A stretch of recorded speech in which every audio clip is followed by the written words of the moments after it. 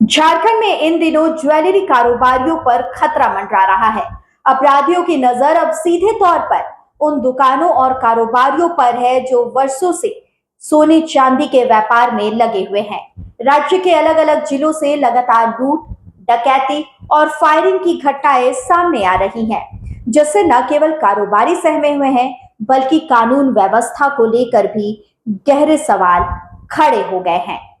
बीते कुछ दिनों में झारखंड के अलग अलग कोनों में ज्वेलर्स को टारगेट किया गया।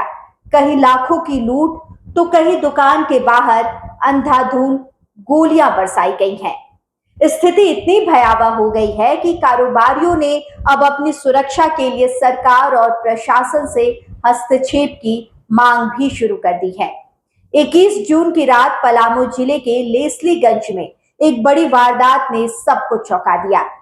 ज्वेलर्स कारोबारी अरुण कुमार सोनी अपनी दुकान बंद करने के बाद जब बाइक की डिक्की में करीब 30 लाख रुपए के सोने चांदी के जेवर से भरा बैग रख रहे थे, तभी पहले से घात लगाए अपराधियों ने उन पर धावा बोल दिया और बैग छीनकर मौके से फरार हो गए।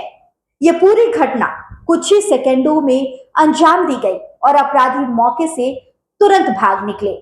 घटना के बाद व्यापारी संगठनों ने स्थानीय प्रशासन के खिलाफ प्रदर्शन भी किया। इसी के अगले दिन यानी 22 जून को हजारीबाग में और भी सनसनीखेज वारदात हुई। सदर थाना क्षेत्र के श्री ज्वेलर्स में अज्ञात अपराधियों ने दिन दहाड़े अंधाधुंध फायरिंग की। दुकान के गेट पर 7 गोलियों के निशान पाए गए और मौके से 6 जिंदा कारतूस के खोखे भी बरामद किए गए। यह पूरी घटना आसपास के सीसीटीवी में कैद हो गई, जिससे साफ है कि अपराधियों ने व्यापारियों में खौफ पैदा करने के इरादे से वारदात को अंजाम दिया था। घटना के बाद से स्थानीय ज्वेलर्स, कारोबारी सभी में डर गहराता जा रहा है। वहीं 23 जून की शाम को बोकारो से एक और बड़ी खबर आई, जिसने राज्य भर के व्यापारियों को झकझोर कर रख दिया। चाश थाना क्षेत्र के बाईपास रोड स्थित आस्था ज्वेलर्स में 4 सशस्त्र अपराधियों ने 10 मिनट के भीतर ही लगभग 5 करोड़ रुपए के जेवरात और नकदी लूट लिए। दुकान में ग्राहक भी मौजूद थे, लेकिन किसी को कुछ समझ में आने से पहले ही पूरी वारदात हो चुकी थी।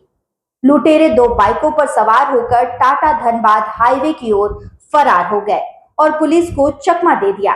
3 दिन में 3 जिलों में घटी ये वारदातें महज इत्तेफाक नहीं, बल्कि एक सुनियोजित आपराधिक ट्रेंड की ओर इशारा करती है। झारखंड जैसे राज्य में जहां औद्योगिक और व्यापारिक गतिविधियां धीरे धीरे रफ्तार पकड़ रही हैं, वहां इस तरह के हमले न केवल कारोबारी माहौल को प्रभावित करते हैं, बल्कि आम जनता में भी असुरक्षा की भावना पैदा करते हैं। सवाल यह है कि जब ज्वेलरी जैसे हाई रिस्क सेक्टर में लगातार इस तरह की घटनाएं हो रही हैं, तो सुरक्षा के लिए प्रशासन की तैयारी क्या है? क्या पुलिस की गश्ती, खुफिया जानकारी और निगरानी तंत्र विफल हो चुका है? और सबसे बड़ा सवाल, क्या अपराधियों को अब पुलिस और कानून का कोई खौफ नहीं बचा है? इन घटनाओं ने झारखंड में ज्वेलरी कारोबारी वर्ग को पूरी तरह से डरा दिया है।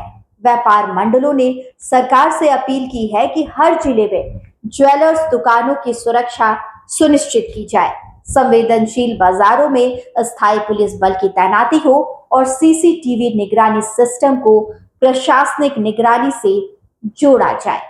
वर्तमान स्थिति यह है कि अपराधी बेखौफ हो गए हैं और व्यापारी सहमे हुए हैं। कानून का इकबाल कमजोर पड़ता दिख रहा है और हर वारदात के बाद पुलिस बस जांच की बात कहकर शांत हो जाती है। मगर सवाल यह है कि क्या अब ज्वेलर्स कारोबारियों को अपनी सुरक्षा खुद तय करनी होगी? क्या हर दुकानदार को बाउंसर या निजी गार्ड रखने की नौबत आ गई है?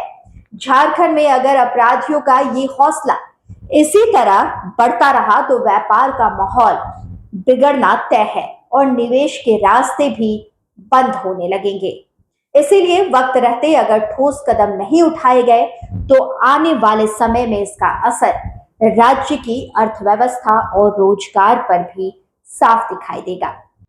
लाइव लगातार के वीडियो को लाइक करें, सब्सक्राइब करें और बेल आइकन को दबाना न भूलें।